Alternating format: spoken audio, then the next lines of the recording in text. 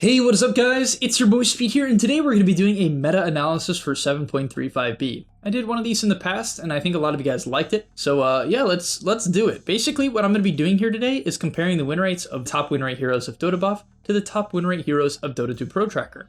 On top of that, I'm just going to give you guys a pretty clear idea of the meta, talk about why certain heroes are at the top and why others aren't, and let's get into it. Alright, before we get into the main part of the video, I do want to let you guys know that I'm not only posting videos here on YouTube, I also frequently post videos on the website. If you don't know what I'm talking about, almost every single day I'm posting a new video to the Game Leap website. We're going to teach you guys in depth about how to get to the next level. So if you want to become absolutely broken, click the link down below and sign up. Alright, so starting off with some of the top heroes on Dota Buff, we have Arc Warden, Abaddon, Meepo, Witch Doctor, Sand King, Death Prophet. So there's a couple things, and Viper, even Darkseer. So there's a couple things I'd like to note about a few of the top heroes, most notably Sand King, Death Prophet, Viper, and Darkseer. I think Shiva's is going to be one of the best items of the patch. It's just a very, very powerful item because it gives you a lot. It gives you an HP pool, it gives you a ton of armor, it gives you a build up in the early game, right? Helm gives you the sustain item these heroes often need, and the armor these heroes need in the early game. And then from there, it just gives you the ability to scale, right? Because you're buying this huge item that has really, really good build up. Like even the plate mail is nice build up. Right? In games where you need right click, obviously you can rush a BKB on Death Prophet if you need to. You can buy Atos if you need to catch, but the Shivas is going to be good. But yeah, we have Sand King, Death Prophet, Viper, Darkseer. These are some of the top offlaners. Even Abaddon, I would say, is being largely played as a core. It was nerfed last patch, so is Death Prophet, so is Viper. But the heroes stayed on top, which should tell you something. It's not necessarily about the heroes, even though the heroes are fine. It's about the items they buy. Eternal Shroud is still incredibly good, which a lot of these heroes buy, especially the Death Prophet and the Sand King maybe. And then Shiva's is the main one they're going to be picking up. And if we look at offlane for the other side, it's the exact same story. Literally the exact same thing. You have some outliers here, but this is a low sample size of games. No one plays Visage. Slaughter win rate's only 52. He just has a high percentage of games, so Dota 2 Pro Tracker rates it highly. Primal Beast is a Shiva's buyer. This is another one of the potential Shiva's buyers that I think will be good. Viper, Darkseer. Okay, Abaddon's a bit lower, and I do think as this hero gets a bit higher MMR, it's not as good, which, I don't know, there's this stat, but whatever, right? You can see the trend. It's the exact same thing.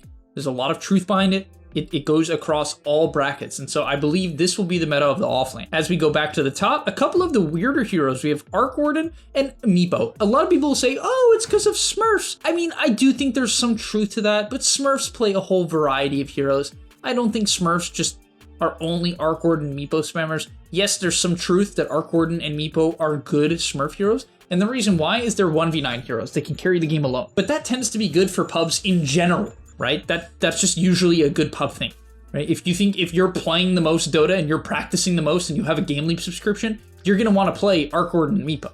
That's just the reality. And these heroes have been buffed like crazy. I've seen Meepo, and I think this hero is really, really, really impressive. The reason why, it can one-shot creep waves at level 7 now, due to the change to poof. What I was told by my friend is Disperser works on all of the Meepos if you eventually buy that item, and the item build tends to be Diffusal into Ags into Shard, right? And so what you do is you buy eventually Disperser. So your Ags makes you Mega Meepo, so you can save yourself that way. You buy Shard, which lets you dig one of the Meepos, so you can save yourself that way. And then you buy Disperser, and that gives all of your Meepos max movement speed. And also, one thing I'd like to say about Meepo that I think is really good too now is that you can buy Vlad's, or anyone can buy Vlad's with him, and that item's been buffed like a lot. I really feel like that item's pretty good. And it can be disassembled, which I don't think is a big deal for supports most games. Something to keep in mind though, but it's only 2200 gold, and then you can give the Meepo with this AoE healing, and that helps him a lot too. I will say I feel like he's kind of bad against Solar Crest and Shiva's, but I don't know. He's just so sustainable where sometimes he can just outlast it anyway. He can also kill people through Solar Crest. And in terms of Arc Warden, the thing I'll say about Arc Warden is I don't necessarily think he's the best hero in Dota. I don't even know if his win rate translates across the high MMR at all. Let's see what it is. There, I mean, all right, it's 55.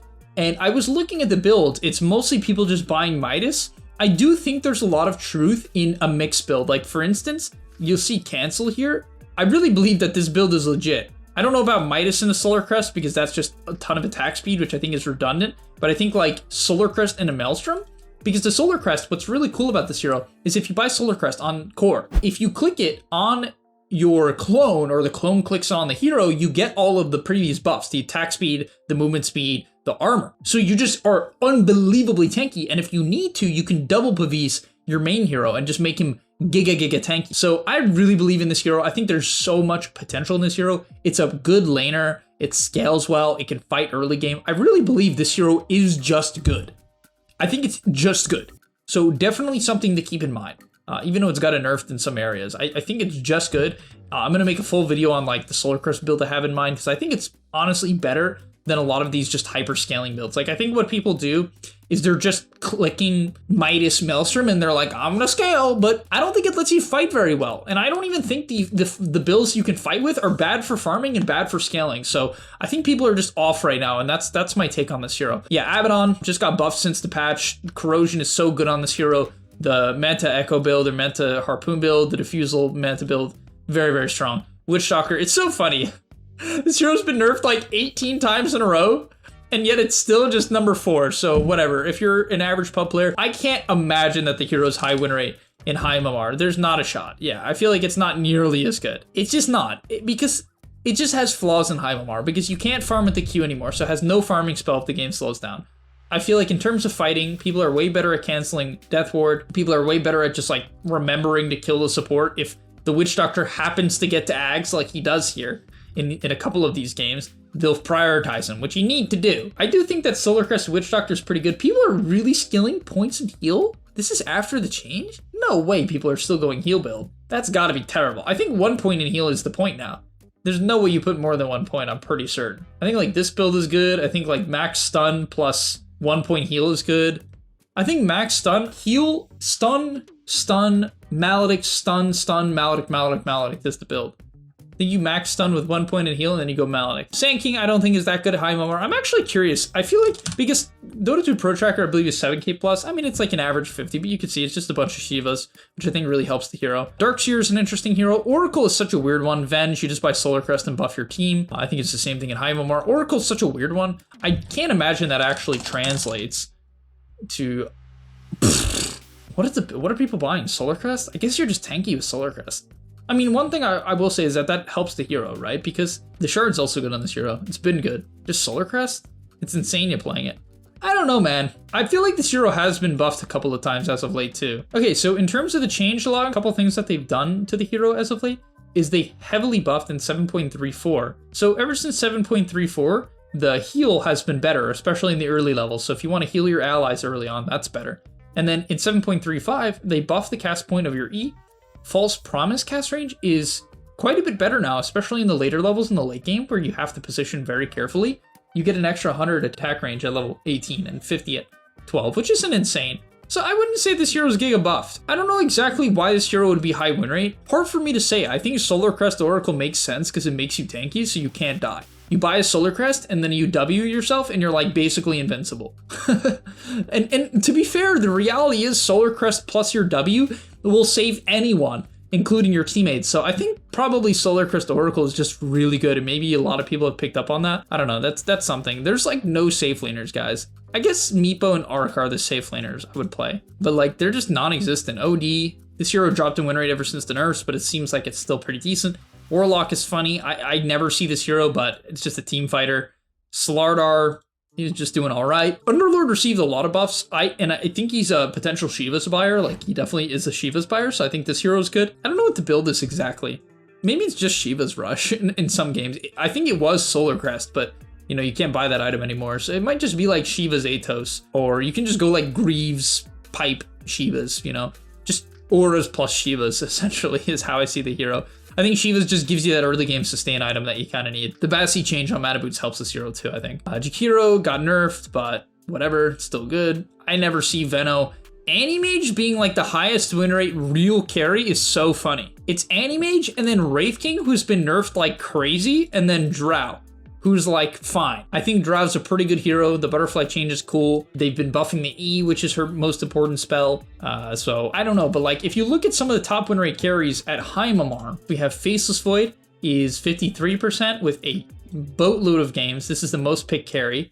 Luna at high MMR is the other high pick carry, but her win rate is a very non-impressive 50, and then this other stat is 9,500 MMR plus, and it's 47, which is just frankly terrible. Meepo just climbing the charts, not a high sample size, but to be fair, a crazy win rate, which probably says something. Lina is the other carry, which at really high MMR, I guess is struggling. Once again, low sample size, to be fair, which makes it hard to say. I mean, sometimes this is the problem with these stats in general, right? How much can you take out of this? And then Slark is the other interesting hero, which has a very impressive win rate over a very solid amount, 400 games. Once again, it's a semi-low sample size, which is the problem, but hey, Orb of Corrosion, great on this hero. It needs armor. Corrosion fixed that. It needs attack speed, right? You can go Brown Boots Corrosion and it feels great. It feels really, really strong. You need a bit of HP, so, you know, typically you're gonna go like Wand Corrosion. That's probably the build, right? You don't buy boots, you just buy Corrosion because you can stay on top of people that way. That might be interesting. I can see the line there. I'm actually curious, what are people buying? I would imagine it's just like Diffusal still, right? Wow, there's a lot of people, most people don't even buy Corrosion. I mean, there's definitely a bunch of Corrosions, right? But there's a huge amount of just treads, a couple of Wraithband wands, a tread wand. So there's a lot of just straight up treads. People playing to scale and Diffusal Ags for the most part. Obviously there's some variant there. There's some Mage Slayer, which is a common item on this hero. But the Mage Slayer used to be better, right? Because it would disassemble from Echo. I mean, people love Mage Slayer on this hero. Oh, Mage Slayer's just raw attack speed now. Oh, so it got buffed on Slark because Slark just wants attack speed for the most part, right? Like some form of stats plus attack speed, and it gives him the mana pool he kind of needs. So I guess Mage Slayer makes a ton of sense. The main build, Diffusal Mage Slayer Ags, probably makes the most sense into Shard. That seems like the build, or Mage Slayer Shard Ags. Yeah, and so that's kind of the line for carries. In terms of mids, it's, you know, the odd Meepo Arc Warden. Ember has been seeing a rise ever since the hero got buffed. Odie, Puck. In terms of supports, honestly, I'm not even sure. Tiny's been getting quite a few amount of buffs, and he's up there. People are picking that again. Lion, I'm not a fan of Spirit Breaker. I think maybe I'm biased because I really do believe the higher you go, the worse this hero gets. I feel like it's just so abusable early game. That's been my take. But okay, Nyx Assassin, I'm personally generally impressed by this hero. I can see this. Tiny, Lion, Nyx. I think Tiny's just a very hard hero, and I would have to imagine that probably translates. But you can see it went up 3% win rate. It's one of the more buffed heroes, but because of how hard it is, people grieve. You need to take your E at level 1. You got to be very good at doing toss back, which is mechanically very difficult. You got to know when to toss back, because a lot of people just do the combo, and that's just terrible for support Tiny. You have to know when to toss people together. It's a mechanically very, very difficult hero, where like Lion and Nyx and Spirit Breaker are just 10 times easier, and that tends to reflect in the win rate. Zeus support, not a lot of games. I honestly think Earthshaker's pretty good. Grimstroke's still at the top. Pretty solid win rates, pretty high amount of games. And then I think Nature's Prophet. Where is Nature's Prophet? Maybe he's fallen off the list a little bit. At really high MMR, feeding his brains out apparently, but still a solid win rate, and people love playing this hero. It's still good too. Like if you're a Nature's player, it definitely can still have like a ton of impact, right? Yeah, finally for 5s, Treant, Chen. I think Chen's obscenely broken. Somehow at high MMR, where I thought the hero would be good, it's not doing as well. But Furion as a 5, seemingly better. I'm a giga-firm believer that Undying is good. I think Solar Crest Undying, Solar Crest Holy Locket is like the build I really believe in. Or Solar Crest Vlad's, because I think Vlad's pretty good, just in general. Oracle, decently impressive win rate, low sample size. Abaddon, nah, I mean, probably too low. Venge, But yeah, Treant, Chen. I've been believing in Io. Furion, Undying. Yeah, I mean, I think a lot of this checks out with about what I believed in. But all right, that's where I'm going to wrap up the video. Just kind of want to give you guys an overall idea of some of the hero meta, kind of how it switches between high and low MMR, some of the overlap that you can see there. And yeah, hopefully you learned a lot, took quite a bit out of these stats. Yeah, at the end of the day, sometimes I'm grasping at straws, sometimes maybe I'm making conclusions that don't exist, but I think a lot of it makes sense. There's a lot of logic behind what I'm saying, and you know, I have a lot of experience just looking at stats and numbers and comparing it to a lot of my pub experience, so hopefully you can gain some value out of that. But okay, thank you guys so much for watching. I'll see you in the next one, and I'm out. Peace! And that's all, but remember, before you leave, come on, before you tune out, subscribe to the Game Leap website, where we are going to help you get to the next rank. If you're stuck, click the link down below, and I'm out. Peace!